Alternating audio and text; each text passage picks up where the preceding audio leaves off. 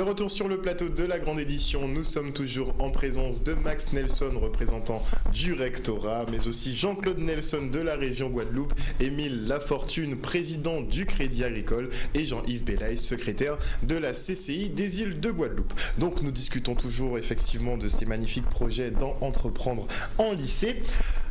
On va s'attarder quand même sur ceux qui échouent, parce que tout le monde ne réussit pas forcément, on l'a dit tout à l'heure.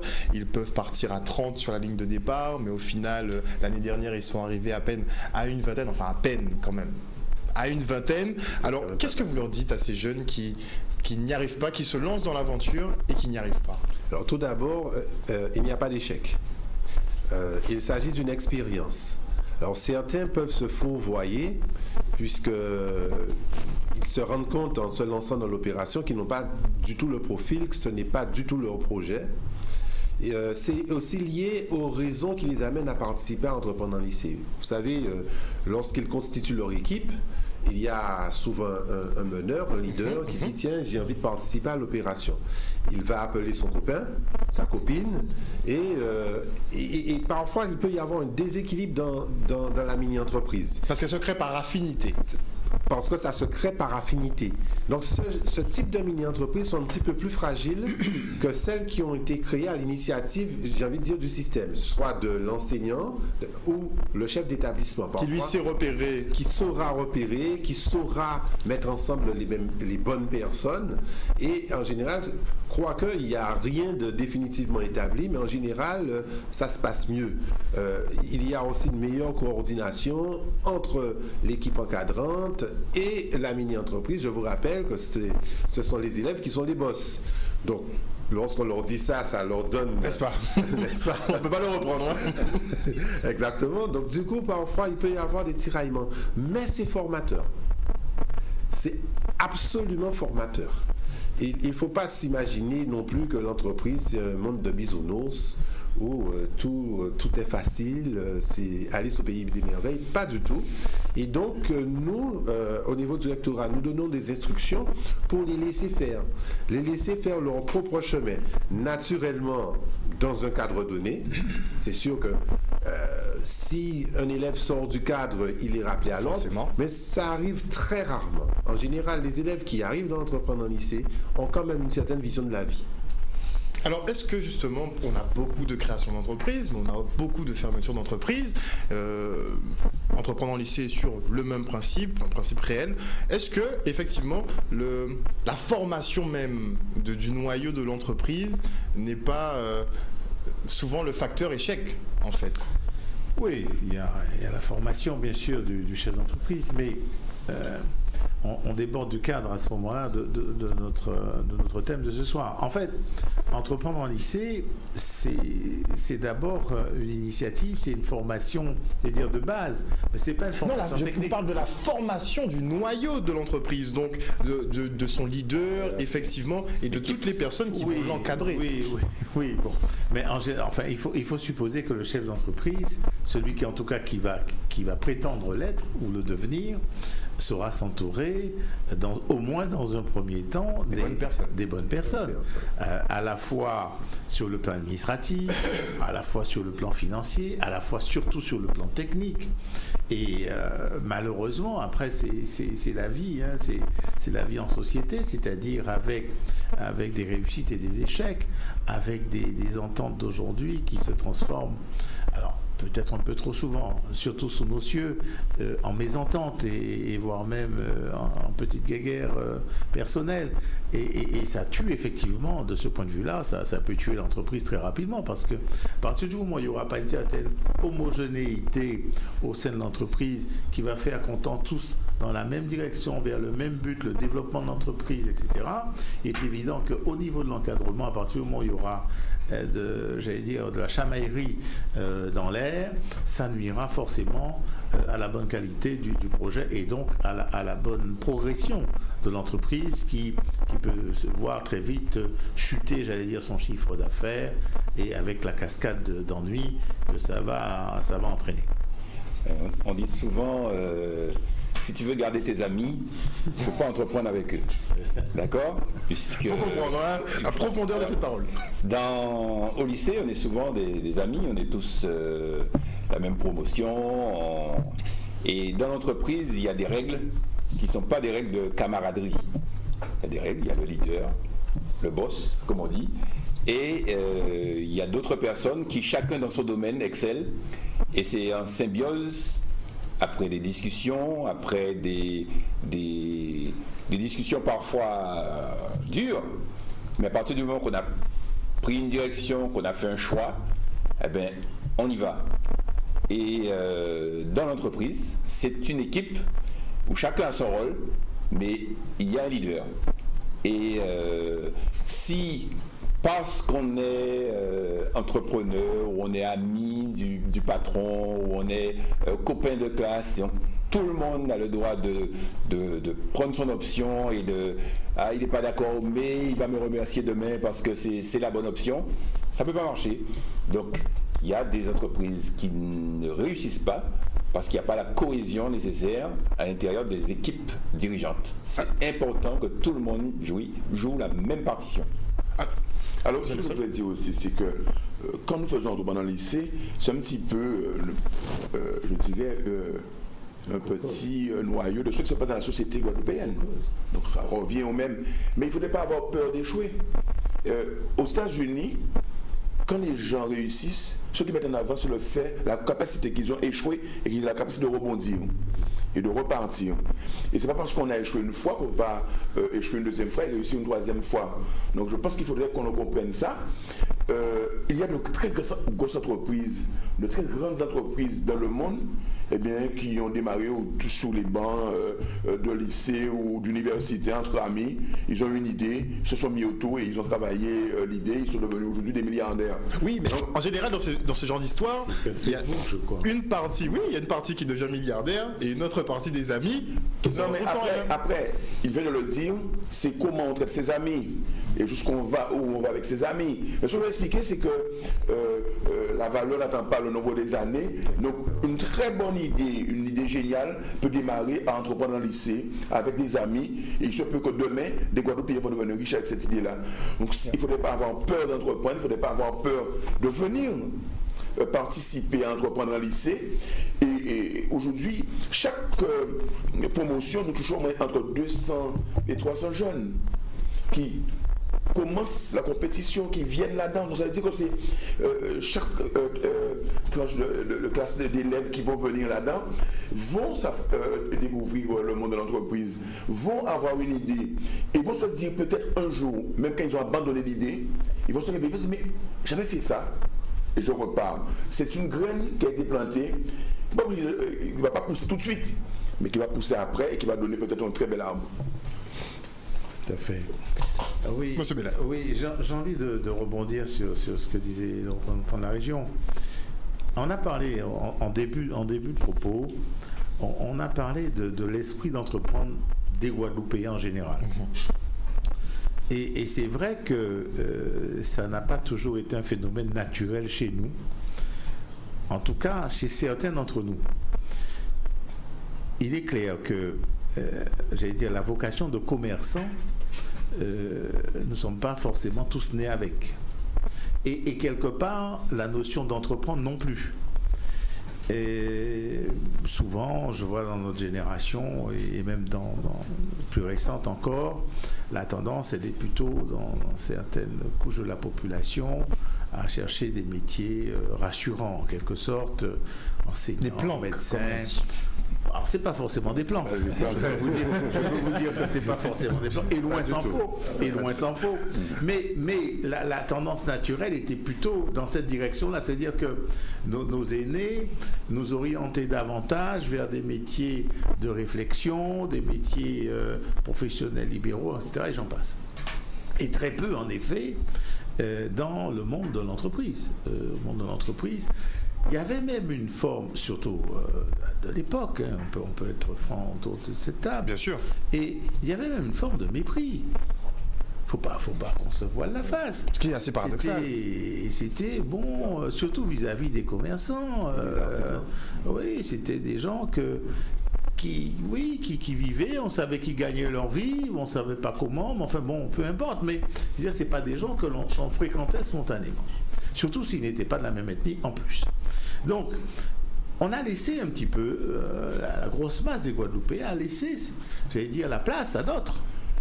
Et l'esprit d'entreprendre, en fait, il arrive aujourd'hui avec notre génération qui dit, mais attendez, il n'y a pas de raison, on a les mêmes capacités que d'autres, on a la même intelligence, la même motivation et les mêmes possibilités, donc il n'y a aucune raison de laisser la place à d'autres. Et donc cet esprit d'entreprise, il faut l'insuffler systématiquement. Et plus on l'insufflera, j'allais dire, aux jeunes, et plus ils seront jeunes, et mieux ça vaudra. Mais on a un retard, certes, à rattraper, certainement, par rapport à des décennies, j'allais dire, de laisser faire, de regarder faire, et de désintéressement par rapport, j'allais dire, au commerce, par rapport, et plus généralement, à l'esprit d'entreprendre.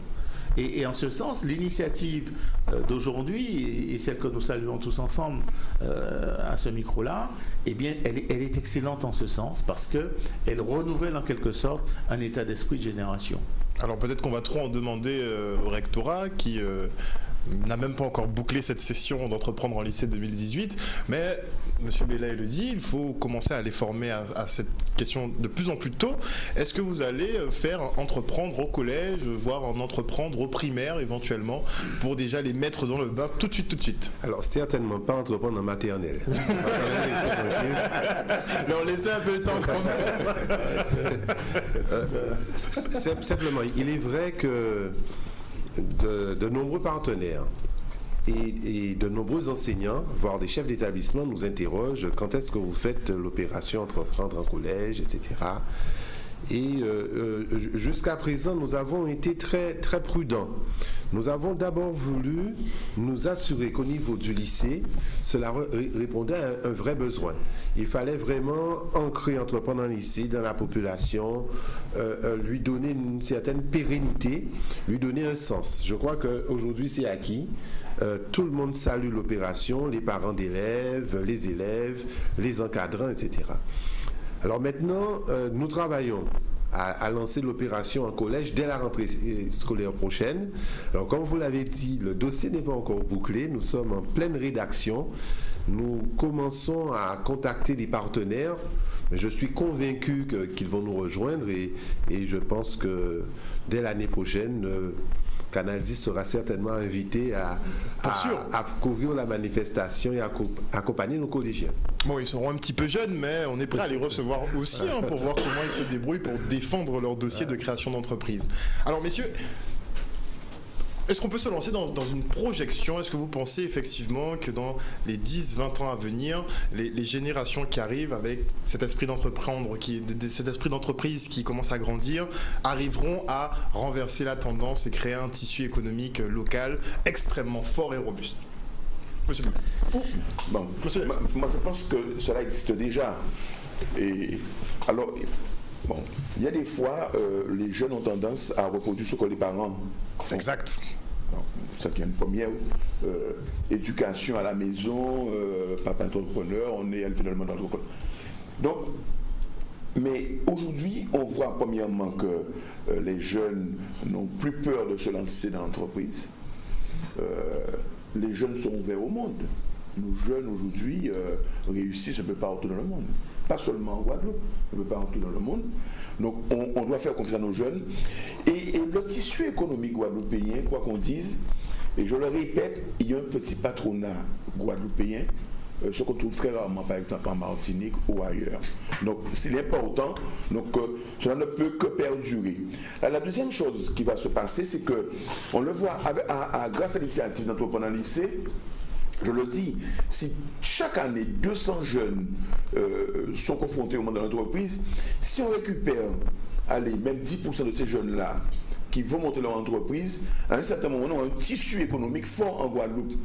Et donc, je prends un autre exemple.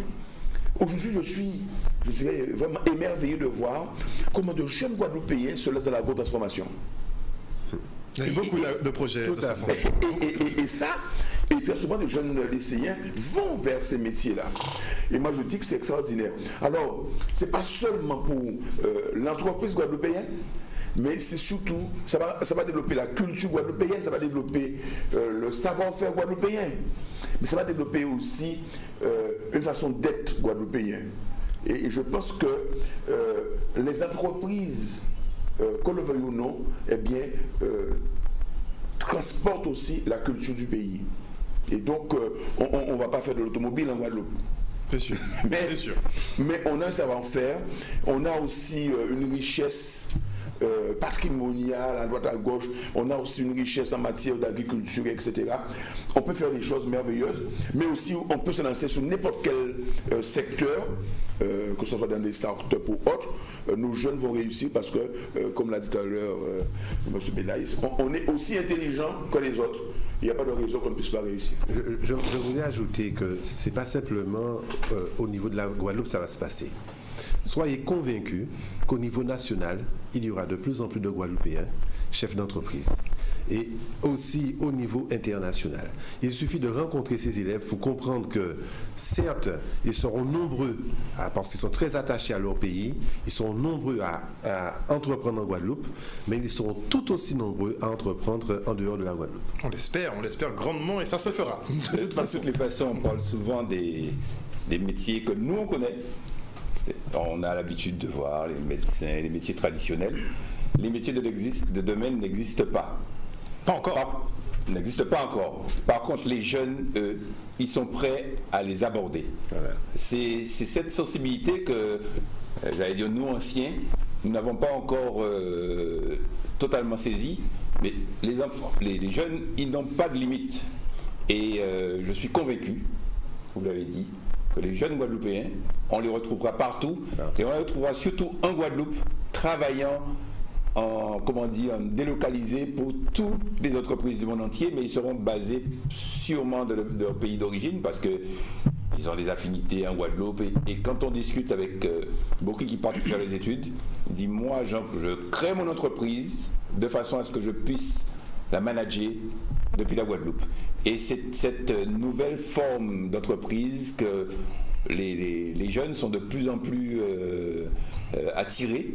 Travailler en Guadeloupe, mais avoir leur entreprise qui se développe dans le monde entier, dans le commerce, dans l'informatique, dans tout. Là, c'est la territoire attitude qui parle. Hein. Ouais. N'est-ce pas? Monsieur Belaïs. Oui, juste un point de vue pour dire que, bien évidemment, que je partage cet enthousiasme et en tout cas, on l'appelle tous de nos voeux. Mais j'ai envie de dire aussi qu'on a une responsabilité. On a tous une responsabilité, nous les plus anciens, comme tu l'as dit tout à l'heure, Président, on a tous une responsabilité qui est que ces jeunes-là, ils n'arriveront pas non plus tout seuls comme ça. Hein. On est d'accord. C'est vrai. C'est pas une génération spontanée. Il faut qu'on reste à leur côté. Il faut d'abord qu'ils apprennent aussi d'abord qu'on apprenne à leur parler. Ça, c'est très important. Ensuite, qu'ils apprennent à nous écouter. Et puis qu'avec notre expérience, on puisse les aider en toute matière, en tout domaine. Qui dans le domaine de la technologie, on a parlé tout à l'heure du docteur Jean-Joseph, qui dans le domaine de la finance, nous avons autour de nous un président d'une coopérative bancaire importante, qui dans le domaine de l'éducation, etc., etc. Je veux dire, nous sommes tous là, parce que nous sommes tous parents aussi, et donc tous responsables. Et il ne faut pas qu'on croie que tout va se passer comme dans le meilleur des mondes. Et, ils vont rencontrer des difficultés, ils vont rencontrer des embûches, et il faut qu'on soit là à leur côté pour les aider à les surmonter. Donc vous êtes prêt à résoudre ce conflit de génération? Je suis prêt surtout à coopérer. Mais c'est vrai que c'est un dialogue mutuel. Il faut effectivement qu'on apprenne à un peu plus s'écouter dans ce pays. Alors, le mot de la fin pour Monsieur Nelson, qu'est-ce que vous conseillez, parce qu'il ne reste pas beaucoup de temps, très prochainement je vais commencer à les recevoir et les assaillir de questions pour voir s'ils sont au point. Alors qu'est-ce que vous conseillez pour cette dernière ligne droite à toutes ces mini-entreprises qui participent au concours Entreprendre en lycée? Moi je crois qu'il faut déjà que ces élèves s'écoutent eux-mêmes, qu'ils puissent sonder au plus profond d'eux-mêmes, quelle est leur envie réelle, leur conviction. Et je crois que ça, c'est le socle de tout. Le reste viendra avec. Parce que c'est le cœur de l'entrepreneuriat. C'est la conviction, l'envie de faire. Donc si on n'est pas persuadé que son projet va fonctionner, Voilà, ça ne marchera pas. dans tous les cas. Si on n'est pas soi-même convaincu, ça ne peut pas marcher. Alors qu'est-ce qu'ils vont gagner cette année? Alors, un beau cadeau. Alors, je laisserai le conseil régional le présenter. Combien de millions? Combien de millions? C'est le conseil régional qui l'offre. Donc C'est une loterie. Je crois qu'ils ont eu un voyage, je crois. Hein. voilà, c'est ça. Donc, c'est un séjour entrepreneurial au Québec. Et nous sommes en train d'y travailler. Il y aura de belles surprises. Oh, super. Magnifique. Eh bien, merci en tout cas, messieurs, d'être venus sur ce Et plateau la ce CCI soir. sera partenaire. Hein, Oui, comme d'habitude. comme d'habitude. Faut pas l'oublier. Et Nous je sommes les rappelle, partenaires constants là. nous avons une 50aine de partenaires. Nous n'allons pas tous les citer ce soir, mais ils vont tous passer dans cette émission. Ils vont accompagner les élèves. Exactement. Il y a une chose qu'il fallait quand même dire, hein, c'est Allez-y, monsieur que Nelson.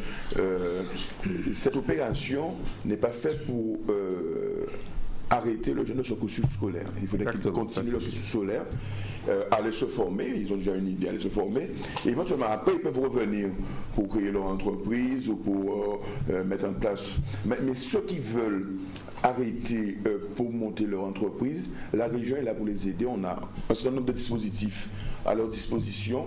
Il y a la maison régionale des entreprises qui se trouve à Jarry, qui est à leur disposition.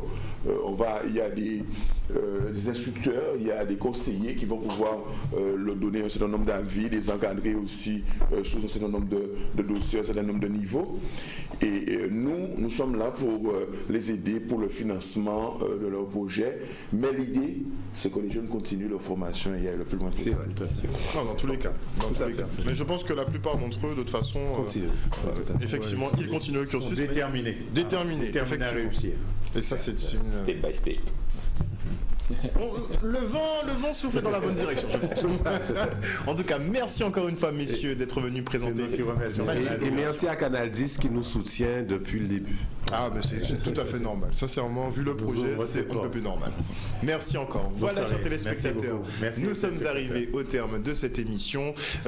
À venir dans la grande édition, donc le talk est fini, mais Yves Boisset ne devrait pas tarder pour Politiquement Vôtre. Moi, je vous retrouve demain à 19h pour un autre talk. On va encore parler d'entreprendre en lycée. Et mercredi, on commencera à vous présenter ces mini-entreprises. Une excellente soirée à vous. On se retrouve demain.